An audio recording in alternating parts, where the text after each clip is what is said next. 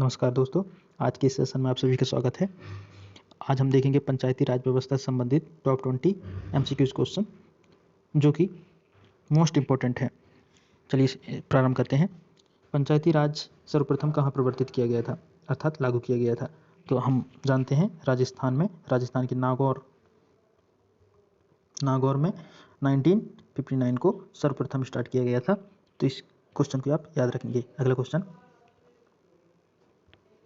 भारत सरकार द्वारा सामुदायिक विकास योजना की शुरुआत 2 अक्टूबर को कब किया गया था? इसका सही आंसर 1952 को ग्रामीण सर्वांगीण विकास के उद्देश्य से सामुदायिक विकास योजना की शुरुआत किया गया था। चूंकि यह योजना पूर्ण रूप से सफल नहीं रहा, तो इस बात को आप याद रखेंगे। अगला क्वेश्चन,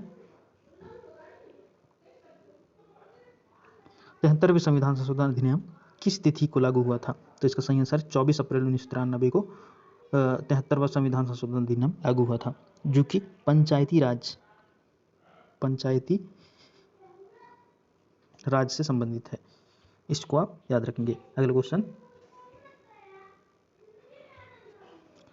जिस समिति लोकतांत्रिक विकेंद्रीकरण पंचायती राज प्रणाली की सिफारिश की थी, उसके सभापति कौन थे? जी हाँ, तो इसका सही आंसर है बलवंत राय मेहता।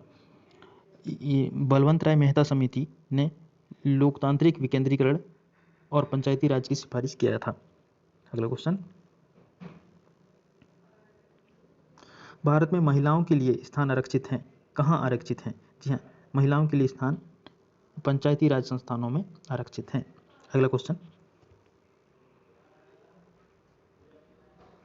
भारत में त्रिस्तरीय पंचायती राज प्रणाली स्थापित करने की अनुशंसा सर्वप्रथम किसके द्वारा किया गया था? याद रखेंगे, त्रिस्तरीय पंचायती राज की व्यवस्था की बात हो रही है। तो इसका सही आंसर है बलवंत राय मेहता समिति। अशोक मेहता समिति, LM सिंघवी समिति, ये सभी समिति पंचायती राज से संबंधित है। लेकिन त्रिस्तरीय पंचायती राज प्रणाली की जो सिफारिश किया गया था, ये बलवंत राय मेहता समिति के द्वारा दिया गया था। इस क्वेश्चन को आप याद रखेंगे। अगला क्वेश्चन, पंचायत चुनाव कराने हेतु निर्णय किसके द्वारा लिया जाता है? चूँकि पंचायती राज जो प्रणाली है उसका जो कर्तव्य है, दायित्व है, वो राज्य सरकार को दिया गया है। जी हाँ, तो इसके लिए प्रत्येक राज्य में राज्य निर्वाचन आयोग का गठन किया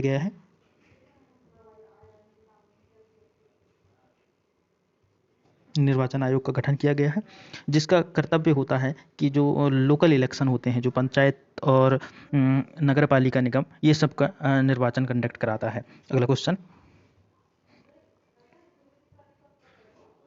भारत सरकार द्वारा सामुदायिक विकास योजना की शुरुआत 2 अक्टूबर को, ये क्वेश्चन पहले देख चुके थे, इसका आंसर है 1952। अगला क्वेश्चन, पंचायती राज का मुख्य उद्देश्य, जी हाँ, पंचायती राज का मुख्य उद्देश्य क्या है? ऑप्शन देख लेते हैं। इसका मुख्य उद्देश्य है जनता को विकासमूलक प्रशासन में भागीदारी योग्य बनाना।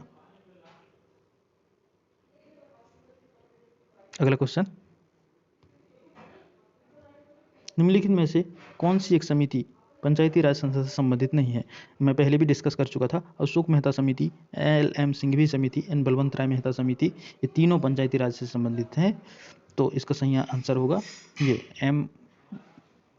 MPVN राव समिति, और ये बाकी सब समिति पंचायती राज संस्था से संबंधित है। तो इसका सही आंसर, चूंकि हमको ये पूछा गया था, संबंधित नहीं है, तो इसका सही आंसर है PVN राव समिति। अगला क्वेश्चन, जनता के द्वारा प्रत्यक्ष निर्वाचित होते हैं, प्रधान होते हैं, जी हाँ, जिला पंचायत के अध्यक्ष होते हैं, क्षेत्र प्रमुख ये पंचायत में नहीं आते हैं, और सरपंच होते हैं एंड पंच होते हैं। जी, तो इसका सही आंसर होगा 1, 4, 5। नहीं, जिला पंचायत के अध्यक्ष नहीं होते हैं, तो इस बात को आप याद रखेंगे। अगला क्वेश्चन, अशोक मेहता समिति ने पंचायती राज व्यवस्था के अंतर्गत कितने स्तरीय ढांचे की सिफारिश किया था? मैं आपको बता देना चाहूँगा, अशोक मेहता समिति का जो गठन हुआ था 1977 में हुआ था, जिसने अपनी रिपोर्ट 1978 को दिया था। इसने द्विस्तरीय पंचायती राज प्रणाली को सजेस्ट किया था।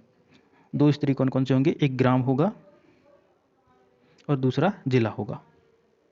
परंतु ये लागू नहीं किया गया, तो इस बात को आप याद रखेंगे। अगला क्वेश्चन, 73वें संविधान में कौन सी अनुसूची जोड़ी गई थी? इसका सही आंसर है 11वीं अनुसूची। भाग 9 के अंतर्गत 11वीं अनुसूची जोड़ी गई थी, जिसमें पंचायती राज प्रणालियों को सम्मिलित किया गया था। जी हाँ, मैं बता देना चाहूँगा कि इस अनुसूची में टोटल 29 सब्जेक्ट हैं। तो अब ये सब अदर फैक्ट जितने भी मैं बता रहा हूँ, ये अपने आप में एक क्वेश्चन है और ये एग्जाम में पूछे जाते हैं, तो आप याद रखेंगे। अगला क्वेश्चन, भारत में सामुदायिक विकास के मुख्य निर्माता, जी मुख्य निर्माता की बात हो रही है, तो ये कौन थे? तो इसका सही आंसर है SK डे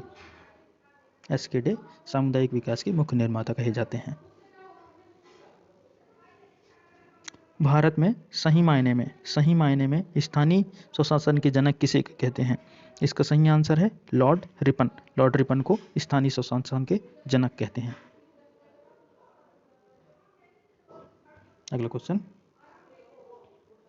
पंचायती राज का विषय है, चूंकि मैं पहले ही बता चुका था, इसका दायित्व राज्य सरकार की होती है, इसलिए ये राज्य सूची का विषय है। अगला क्वेश्चन, पंचायती राज व्यवस्था में स्थानीय स्वशासन की व्यवस्था कैसी होती है? जी हाँ, पंचायती राज व्यवस्था हम जानते हैं, त्रिस्तरीय पंचायती राज व्यवस्था हमारे यहाँ पे लागू किया गया है। तो त्रिस्तरीय में एक तो ग्राम होता है, ब्लॉक होता है एंड जिला होता है, तो इसका आंसर बी होगा सही। अगला क्वेश्चन, पंचायती राज संस्थाएं अपनी निधि हेतु निर्भर होते हैं, क्योंकि निधि इनको सरकारी अनुदान पर निर्भर होते हैं, तो इसका आंसर ये सही होगा, बी सही होगा, सॉरी।